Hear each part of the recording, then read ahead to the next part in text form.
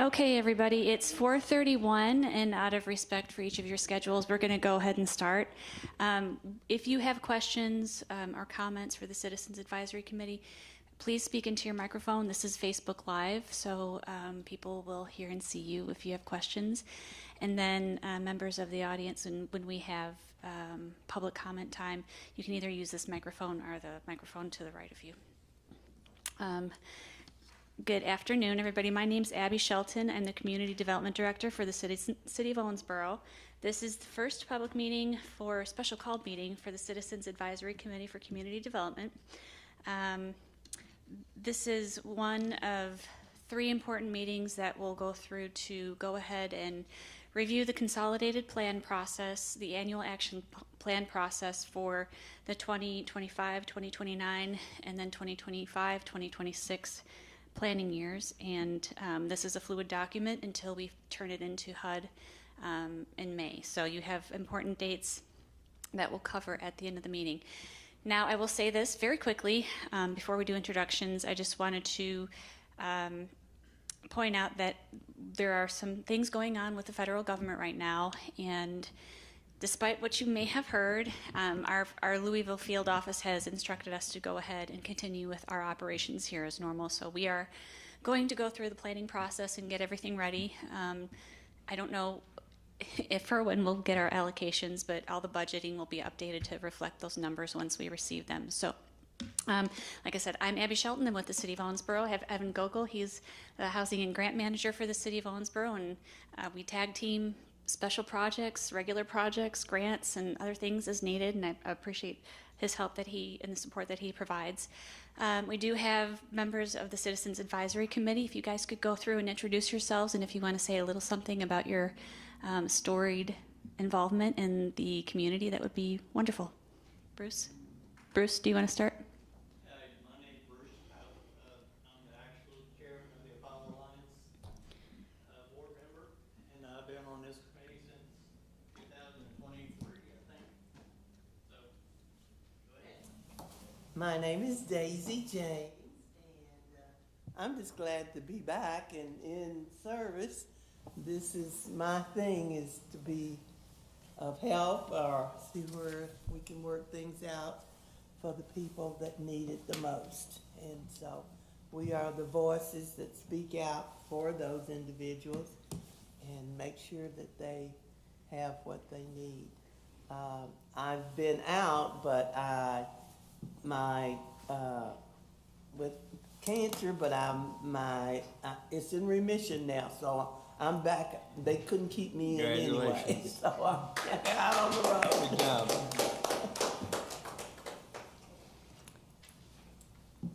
My name is Titus Willis. My name is Titus Willis. I'm just a public servant, and I like to get involved inside of the community. I've served on this committee for since 2022 now. So yeah, I just like to stay involved, and that's what I'm doing here. So.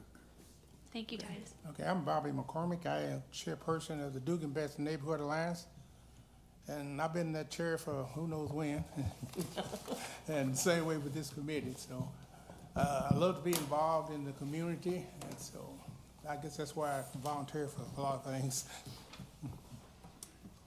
Well, my name is Cecil Phillips. I've been a member of this committee for a few years, and I enjoy the work that the city is doing and the participants and everything, especially Abby. And I'm chairperson of Habitat of Humanities, so I stay involved as much as I can with city involvement. Hey, I'm Ann Glon Mulligan. I've been involved with redevelopment since probably 1993, and we've come a long way, and I appreciate everything y'all are all doing. Thanks. Thank you. I am very honored to be able to I've served with all of you in some capacity, but especially the Neighborhood Alliance chairpersons that I know you've been involved, all of you, for 25 years, so don't try to hide it. It's been a long time. There's a lot of knowledge up there. And as part of this planning process, As part of this planning process, we also engaged citizens from the neighborhood that we will be in next, which we've named the Monarch NRSA Neighborhood Revitalization Strategy Area. We have Mr. Nick Martin with us tonight, Skylar Glon, Al Ward, sorry, gosh, and Sally Ward. Sally was not able to be with us last meeting. She was taking care of a very important business matter the last time, but we're glad to have her with us. We'll cover the information that was shared with them in December and a little bit more information so you guys can consider what we're presenting tonight. And then we have Mr. Daisy James behind us. Thank you for attending tonight. All right, introductions aside, we are going to do a little bit of review. There's a lot of slides, don't get concerned, we're going to go through a lot of them very quickly. And then we'll open the floor up for any questions or concerns. So we're going to give just a progress update on the Riverview NRSA, formerly the Northwest NRSA, just to give you an idea of what we've invested, what has privately been invested, and the projects that we have completed to date. So you have a map in front of you that it's very busy, it's very involved, but just to give you an illustration of the different kind of projects that we've completed thus far. We've had some single-family rehabs, rental rehabs, which is actually the biggest, I think the biggest, I haven't checked lately, program that we've implemented through Community Catalyst grants, which are local set-aside grants from the City Commission. We have had a few demolitions, and we have had some new builds. On the federal programming side, we've had some exterior rehabs coupled with, and some of these projects have been intertwined successfully. First-time home buyer down payment assistance and some new builds that the city has done. So you can see there's a lot of different information up there on that map. You have a map in front of you to look at, and if you'd like to have that map digitally, I can send that to you as well. Okay, so we're just going to go through some of the projects that have been completed. 100 Maple Street, and like I said, I'm just going to go quickly so you can get an idea. That's that was a single-family rehab, public funds. You can see 14,000, private funds 50,000, and each time one of these are completed, which this was not one of them, we do encourage using our first-time homebuyer down payment assistance. So I will highlight that as well. 102 Sycamore Street before, after, single-family rehab again. 1623 West 3rd Street. This was a rental, was it? Yes, rental rehab. Let's see, 1600 West 3rd Street. That was a, gosh, I shouldn't do this to myself, exterior rehab. So you can see we've got some updated roof, and let's see, 1812 Chesterfield Drive, drastic change there. This was a little, two doors down, I believe. He put in a nice driveway and a fence and fixed up some siding. And this was a new build. This is not inside the NRSA, but this is a new build on Elm Street, which that was the church before that was demolished, not by us, but by the church itself. And so we did a new build there through the city of Owensboro, first-time home buyer, and then Habitat did a home right next door. 1701 Burnett Court. This was a recent single-family rehab. They did a really nice job. I don't know if it's still on the market or not, but it's 5 bedrooms and a beautiful home on the inside and outside. 1421 Jackson Street. This is on the other side of town, just south of the new NRSA. And that's a before picture. Obviously, the house was not habitable. And that is the Habitat build that was completed, and we had a first-time home buyer move in. 1426 is just across the street. Was a vacant land. Actually, it had a mobile home on it, I believe, and that was taken care of through property maintenance. And then we did a new build on that one. And then this is recent in the Northwest NRSA. 56 Woodford Avenue was a new build on that corner, right by English Park. 1535 Her Avenue butts up to Woodford Avenue, and towards you can see the condos in the back there. So both those were first-time home buyers. And this is our West First Street beautification project. We did complete the paver intersection upgrades about 5 months ago or 4 months ago, I believe. And this goes from Hanning to Woodford. or no, Walnut to Hanning. Hanning? Yeah, thank you. So much going on up there. But, and thank you to Shaylee and her family for getting this video. I appreciate it. So, with the NRSA's, I'm sorry, does anybody have any questions? Okay, so with the NRSA's, you'll see there we've got the Baptist-town, Old Germantown, Mechanicsville, Triplet Twist, and then the Northwest or Riverview NRSA, and what we estimated in 2019 that would be invested. So in the lower right-hand corner, it says roughly about 1.7 in public investment and 3.1 in private investment, for a total of 4.8.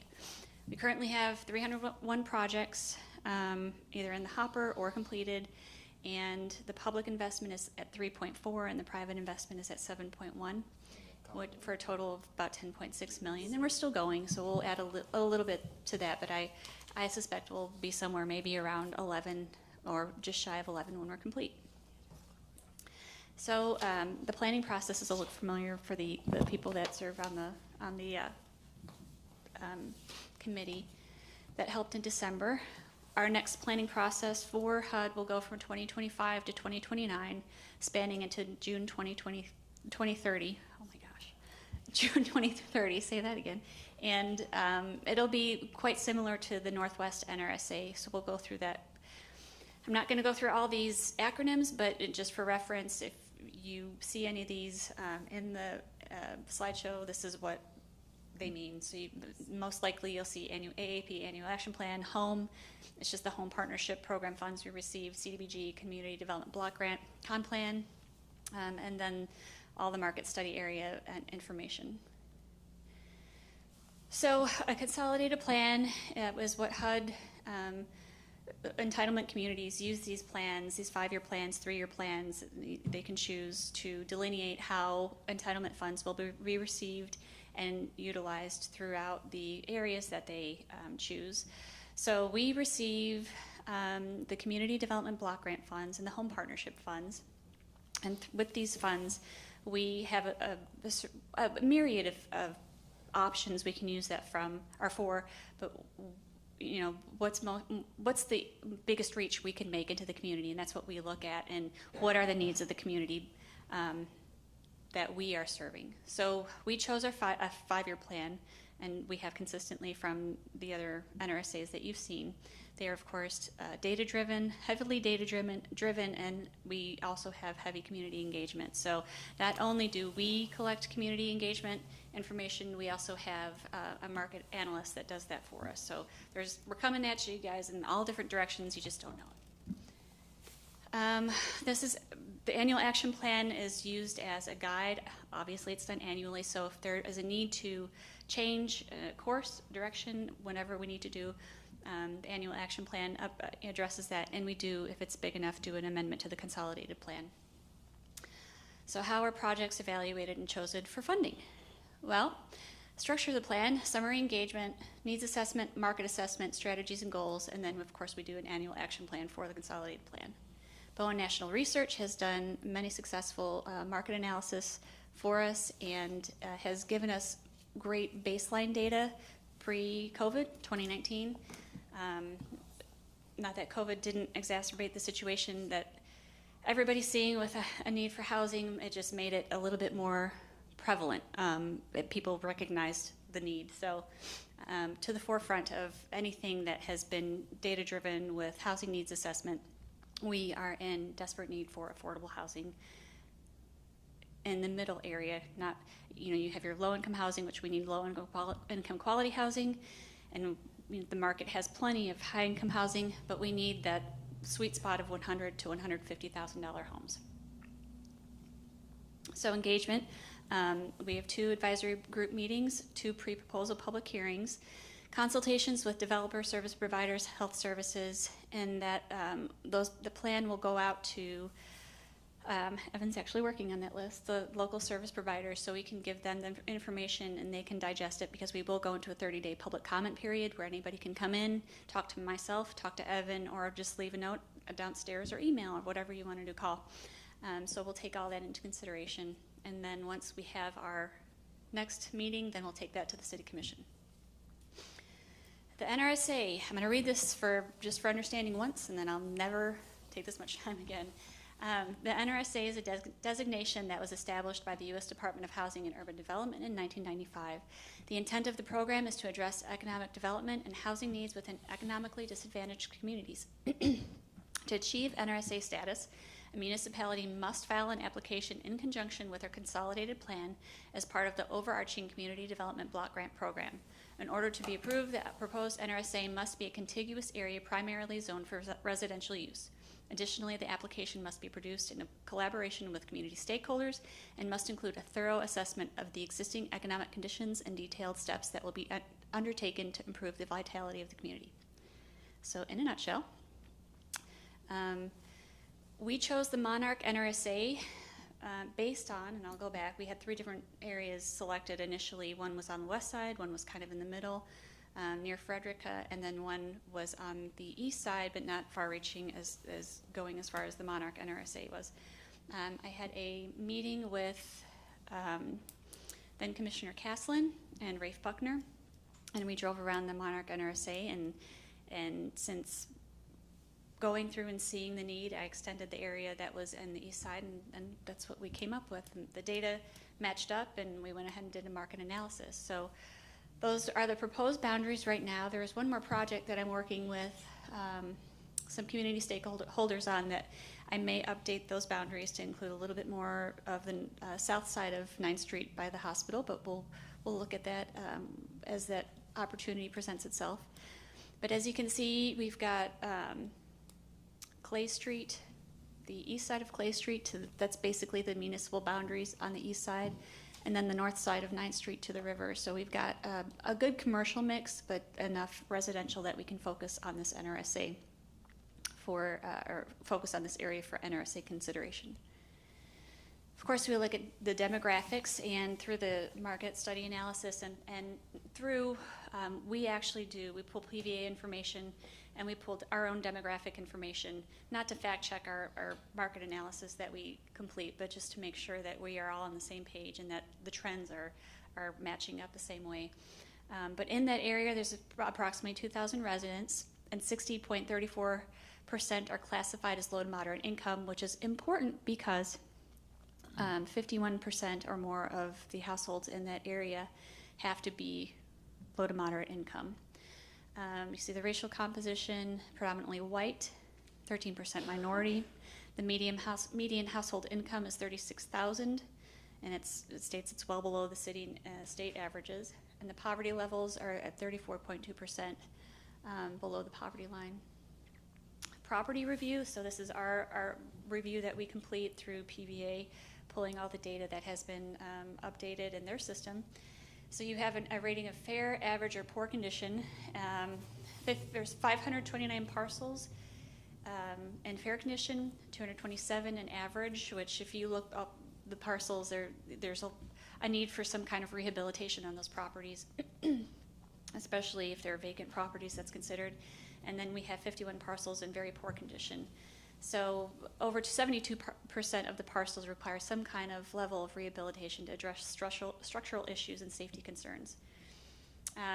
This is kind of relevant, but it'll give us an idea of how we can work with property maintenance to work on certain issues that they're seeing, certain trends that they're seeing in the area. So we pull maps to see what the biggest complaints are.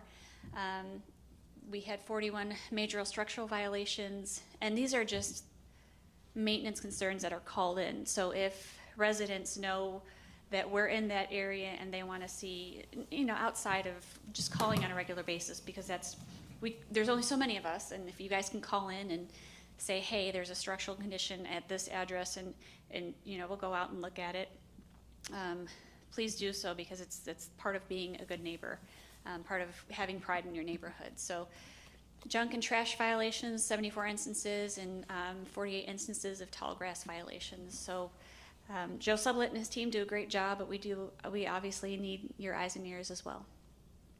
Age of the structures, this is important to know what the housing stock looks like. Construction dates range from 1851 to 2019. The majority of the housing stock was built before 1970.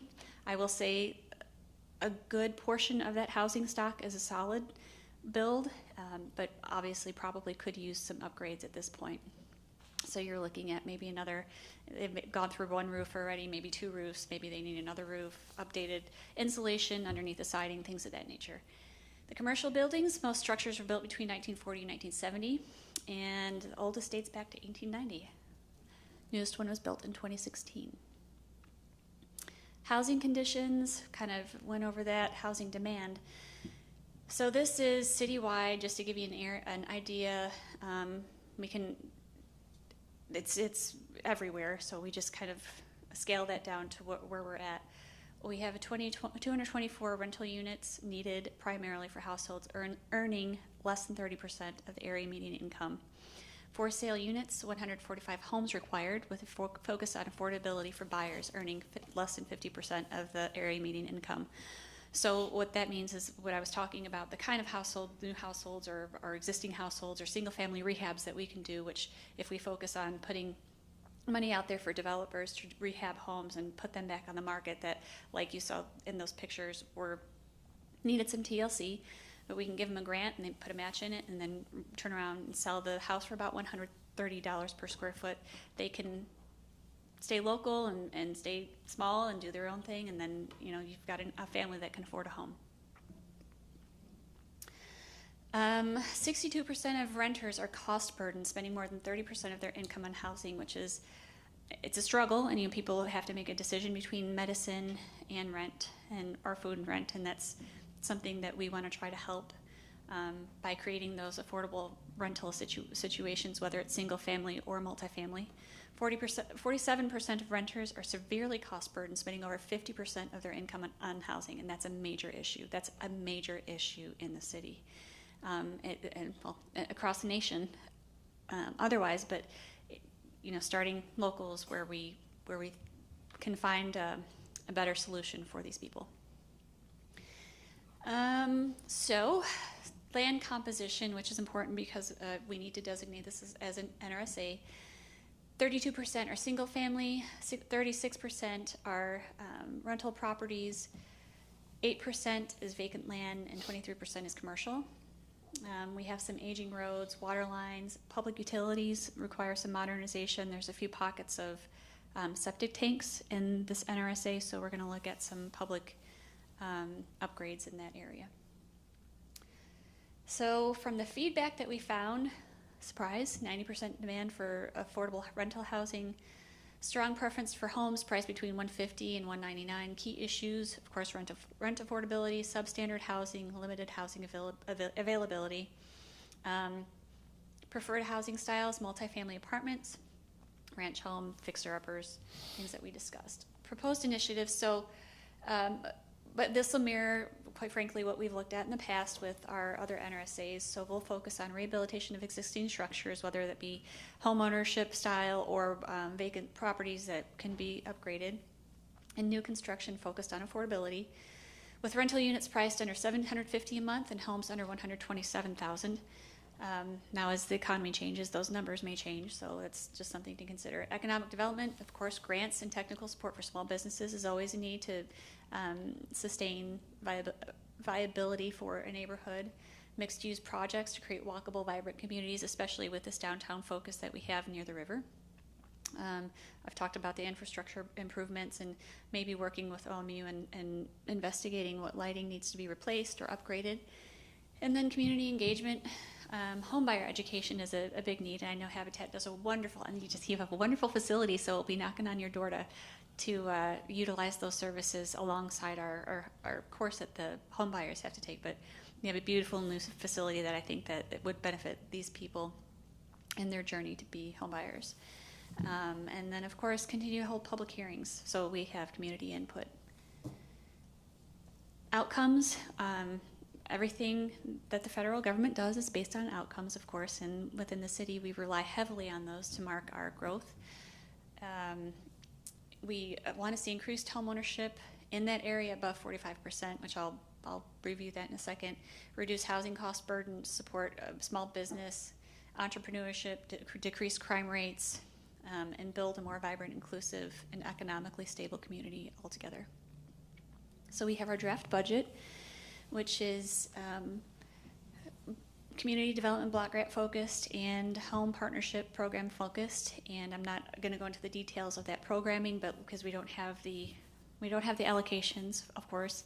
But I have not divvied up what we will exactly spend on each of these projects, which you can do the math in here if you want to look at what I've based it on, but that those are loose figures at this point. This is just where we can put funds in and where I think we need to put the most funds in. Obviously, I'm not the #1 expert in the city to do this, so that's why I have you guys at the table, and of course, you guys in the audience to kind of talk about, Rafe, what are you doing down there? Get up there. Sorry, it's not good at me. So sorry. Sorry about that. So if you guys have or feel a need to put more money in one shape or form in a different category, this is why we're doing this. So speak now or through May, or wait until next year and we can amend the plan. So we have, for the CDB draft budget 2025 to 2030, CDBG administration, which we can take administrative costs for, and that's budgeted throughout the 5 years at about $550,000. Exterior rehab, we have 53 projects at about $1 million. Downspout removal, which is our partnership with Regional Water Resource Agency. They are removing the downspout feeds into the combined sewer system, so we don't have that flooding that we have, or less flooding in the areas that in the city that typically see that the push on the system when it rains really heavily. And I know we had a bad rain and there's nothing we could have done about the flooding, so I'll preface that. It was really bad. It was flooded everywhere. But we want to try to help the smaller rain events. So they go in, do smoke testing, and then identify the households that are still attached to the combined sewer system. And then we go and knock on doors, and they knock on doors and say, hey, we'll remove those for free. And that helps them, and that helps the city's rating with the EPA. Public service, we have one project that we will work again with RWRA to address those septic. We just have to run more line and remove those people from the septic system that they're on and put them on the combined system. So we're looking at, with RWRA, extending that line over towards the east side of the county and shoring that up. And we're going to put around about 22 commercial projects out there for about $550,000. I haven't decided what kind of match that will be on the commercial side, but it will probably be a facade grant again. And then for the exterior rehabilitation, more than likely because of the income levels over in that area, there will not be a match on those grants this time. So that gives us a total of 166 projects at about $2.7 million, and I expect to see on the federal side about $137,500 invested. That probably will be more. I don't know. So home budget 2025 to 2030, we have home administration that we take for about $135,000. We have our community housing development organization, which Mayor is going to sign a letter approving our new CHODO, and I will make an announcement about that. But we have about $260,000 budgeted, which we have to put 15% of our allocation aside, and then we will put a city match in because we set funds aside we have to match home funds in some way, shape, or form at a certain level. It changes each year, maybe 12%, maybe 15%. Owensboro will be okay, hopefully until after I retire. Evan, you got it from there.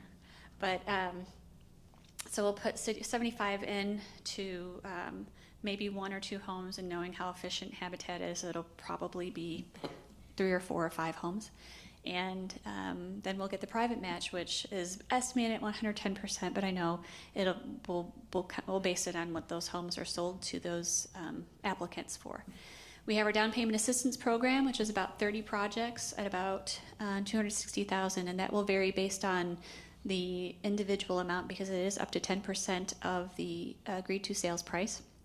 It is a deferred loan, so should those people default and move out of the home, or for whatever reason they can't afford the home anymore, then that home is sold, goes through its process, and then we get our grant back to put into another project. City home build, I have estimated 3 of those projects, but seeing as we may have a CHOTO coming up, that may be funneled to the CHOTO, and that those monies will be reallocated. But right now, I'm going to keep that placeholder just in case I need to.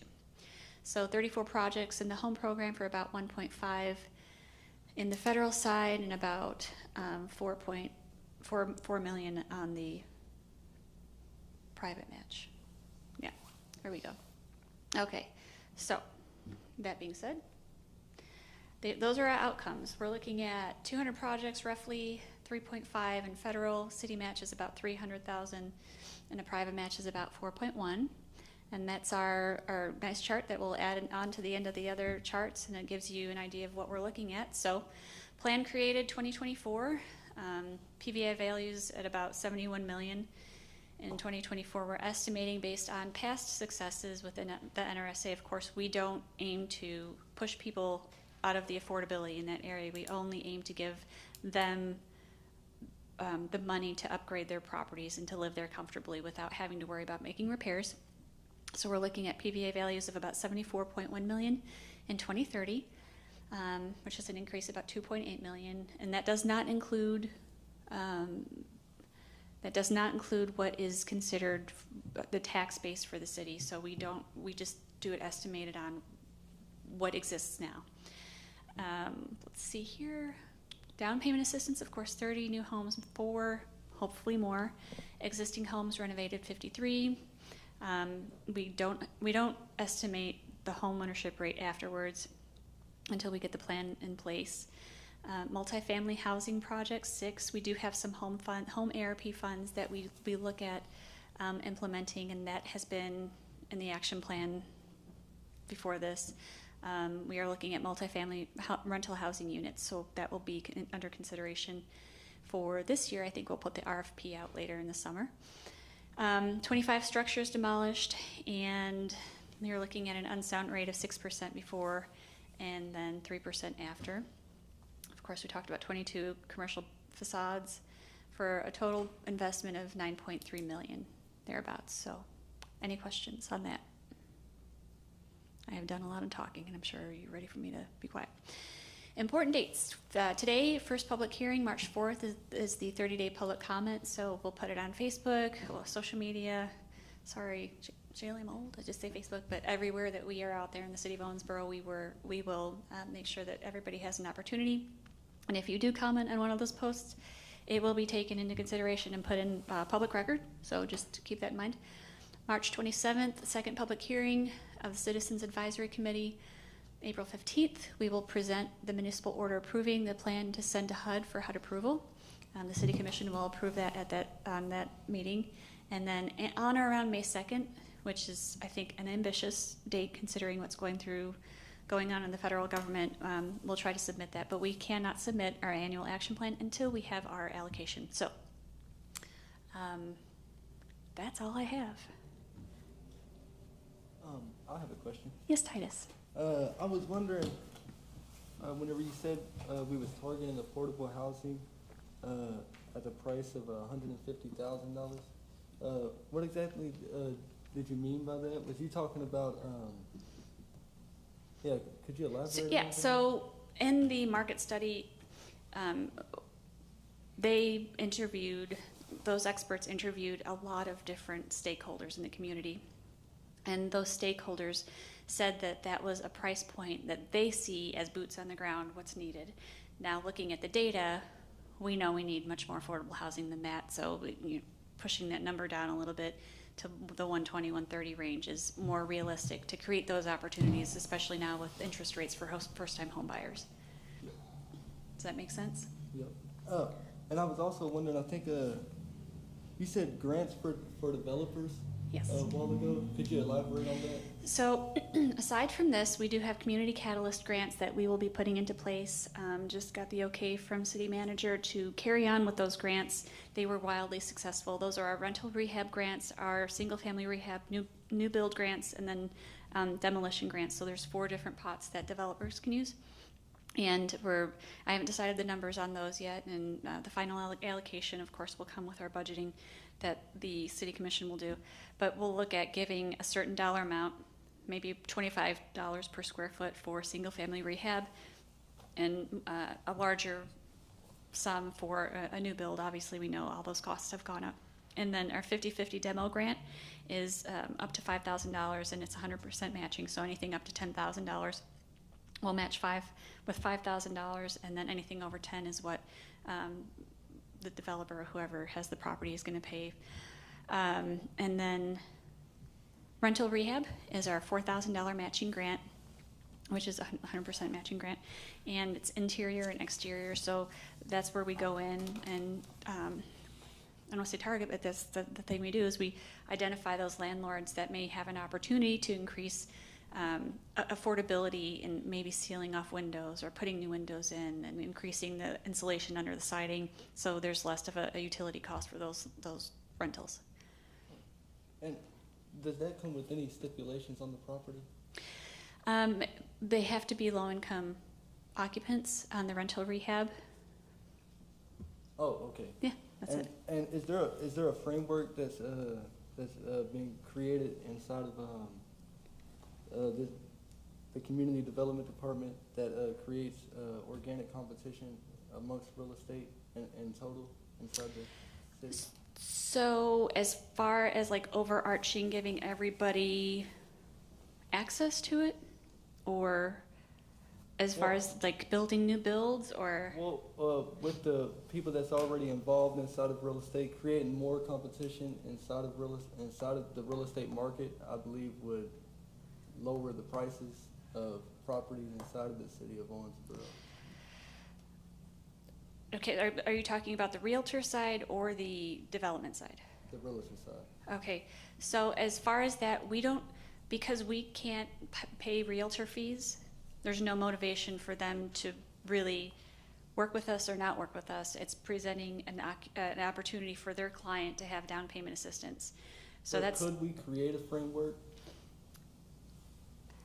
Would that be a possibility? I don't think that would be something we would want to get involved with, because it is a private industry. It's not something that is a publicly supported. So I'm talking as a civil servant, publicly supported. It's a good idea in theory. Yeah. I don't think that would be something that the city government would be apt to get involved in. Now, as far as creating equal opportunity and reaching out to home buyers, which is what our focus is creating affordable opportunities for home buyers. We talk to banks, we talk to financial institutions that hold mortgages, we reach out to social service agencies that deal with first-time home buyers. We have a close relationship with the center, who has a myriad of clients that knows what the services we provide and that we need to push out to them. Everybody, I think we do a pretty good job at pushing our products and what we have for first-time home buyers and education and support. There's so many support services in the city, and there's no reason why there can't be a bridge between all of those support services agencies to give those first-time home buyers tools to have the education they need and the proper tools with checking accounts, saving accounts, credit scores, helping them pay down medical bills. So things of that nature. That's how we work to create the competition. But like getting involved in the real estate, I don't want to do that. Ever. It was an idea. I appreciate it. Hey, that's what we're here for. I just brainstormed it just now, so We're here to talk about that. Yeah. Does anybody else have any questions or concerns or? Yes, Daisy. I'm concerned with how do we have accommodations for people that are homeless, that are actually sleeping on the streets? Poverty-stricken. Mm-hmm. Poverty-stricken, below poverty. Yeah. Yeah.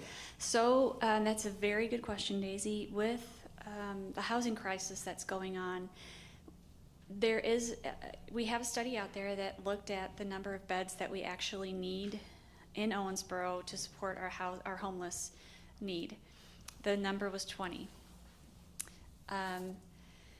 There is a population out there that is at greater risk, and that is the precariously housed, which either are one of those 30 or 50% that are at that point of, do I choose rent, or do I choose my medical bills, or do I choose food, or, that's a population that is wildly far exceeds the number of homeless that we have on the street. Not that I'm not being, I recognize that need. There's a need out there. But with our resources and what we can do, it's more prudent for us to create those sustainable and affordable housing situations for people that are in rental units that can't afford the utilities, or they have a water leak, or they need, we go and try to identify those situations so they can take their cost of living down, living in those units. Now, creating other affordable opportunities for people that are there's huge competition right now for that really low level income housing for everybody. There's people that are middle income that are looking for those resources because they want to start saving, and quite honestly, other opportunities just don't exist. So that's why we're looking at increasing that middle, I don't want to say middle housing, but middle housing stock, that or middle affordable housing stock that people are, can afford $120,000 or $150,000, which is still a lot of money, but they'll have a better chance at maintaining their households and those incomes. Is it true, or am I imagining, it's against the law for people to sleep on the street with benches and things that we've seen before here in Owensboro? Yes. And that's against the law, so. There's a wide conversation for a few different groups of addressing that need and how to present and give those people on the street the information they need to either get out of that situation or get the help they need if they need medicine or if they need anything else, and to get them literally into a shelter. There's a lot of discussion around that and how to address that, because Complicated. it is very complicated, and Connecting all of the places. and when you have the people on the ground that are going to see that initial contact, it's usually the police department, and they're very cognizant of what's going on, and they want to help those people too, yet they are a small army of people, and when you're dealing with somebody that you're just taking in, usually at that contact, you need a professional to step in and tell them, hey, this is the services you need, and it takes a village to help somebody like that. So it's a conversation that's happening, yes. As long as we don't take it out of our heads that there's something. There is a problem, yeah, and it's more of a direct social service effort that we need. Can I pause for just a second? I got ahead of myself. And Beth's going to kill me because I didn't follow the agenda, but we need to approve the minutes from the last meeting. I just failed to do so. So item number 1. We had a meeting on April 10th, 2024 of the Citizens Advisory Committee meeting. You all have a copy in front of you.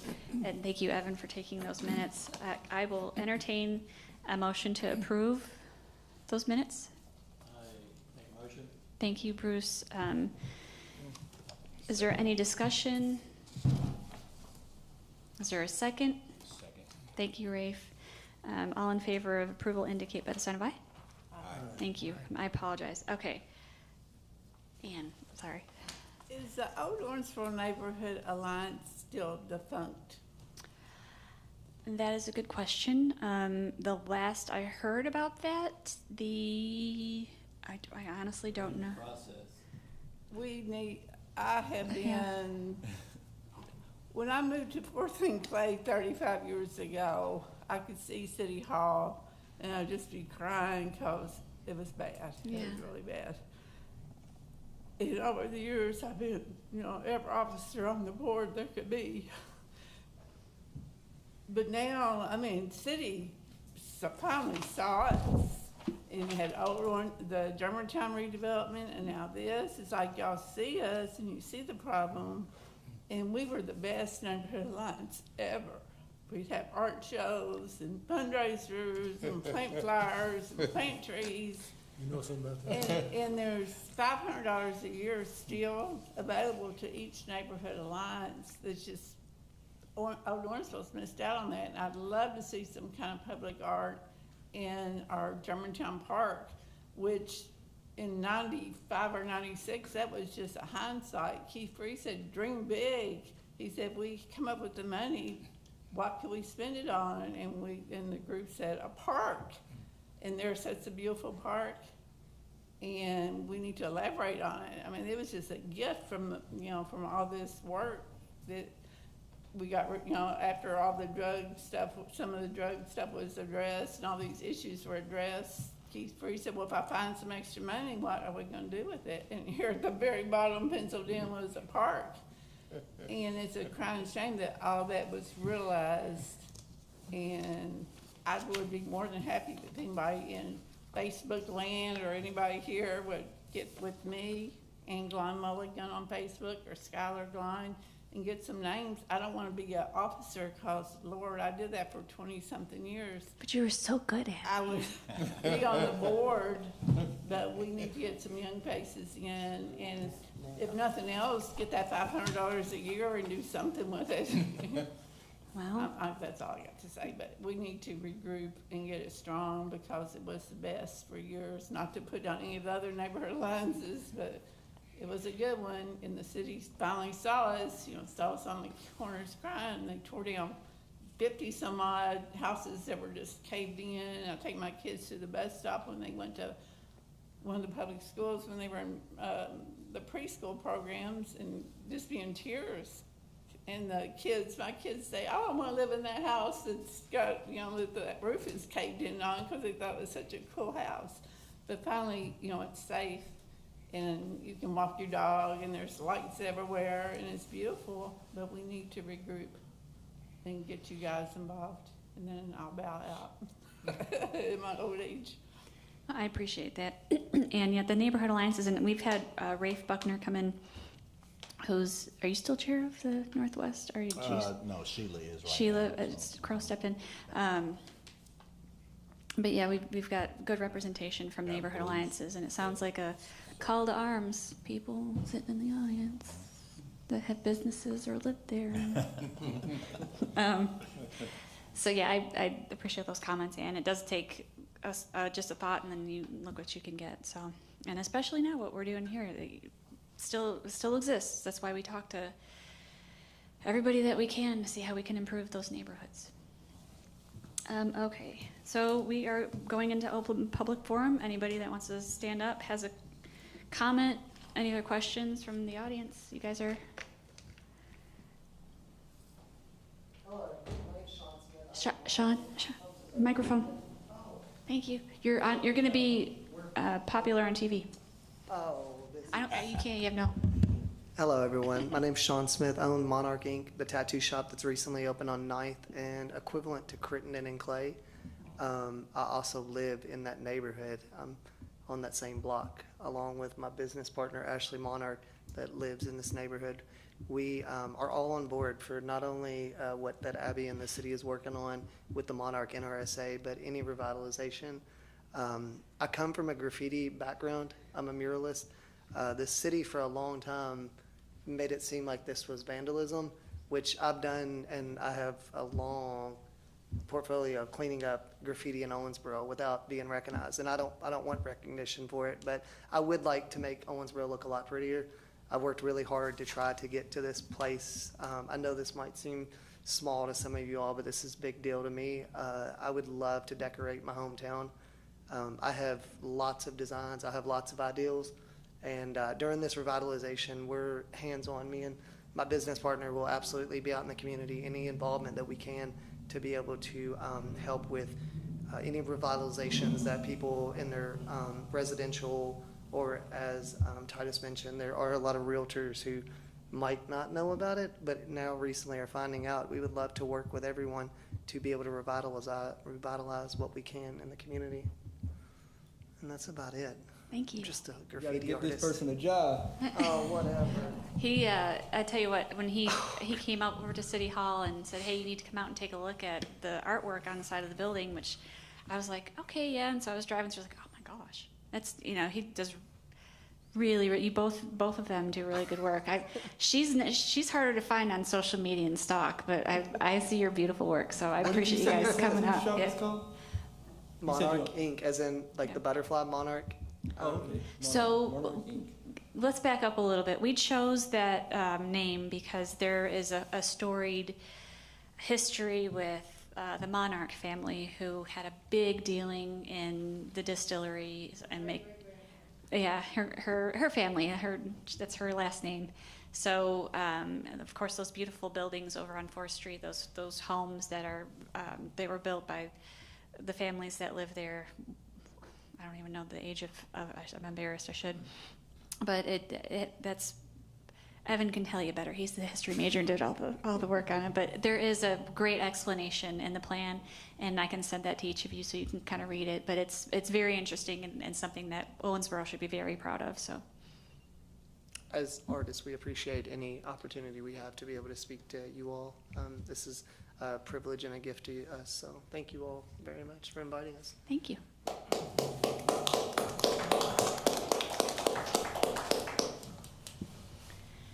Okay, anybody else? This is the longest meeting we've had in a long time, and the most people, I think. Okay, I will entertain a motion to adjourn. Thank you, Bruce. Second. Thank you, Bobby.